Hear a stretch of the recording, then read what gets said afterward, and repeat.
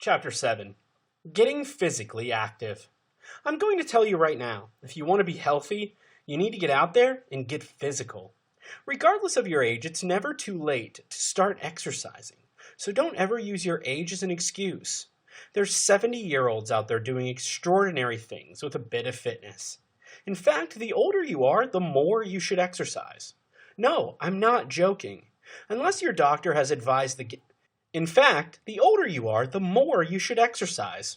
No, I'm not joking. Unless your doctor has advised against it, there's no reason not to.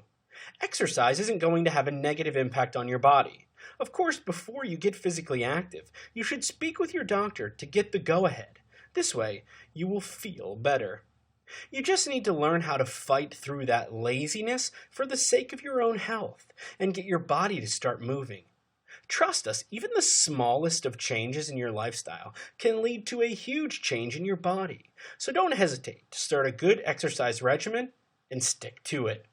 At first, you're not going to like exercise, but eventually, as it becomes a part of your lifestyle, you're going to enjoy it. Types of exercises include walking, jogging, swimming, and yoga.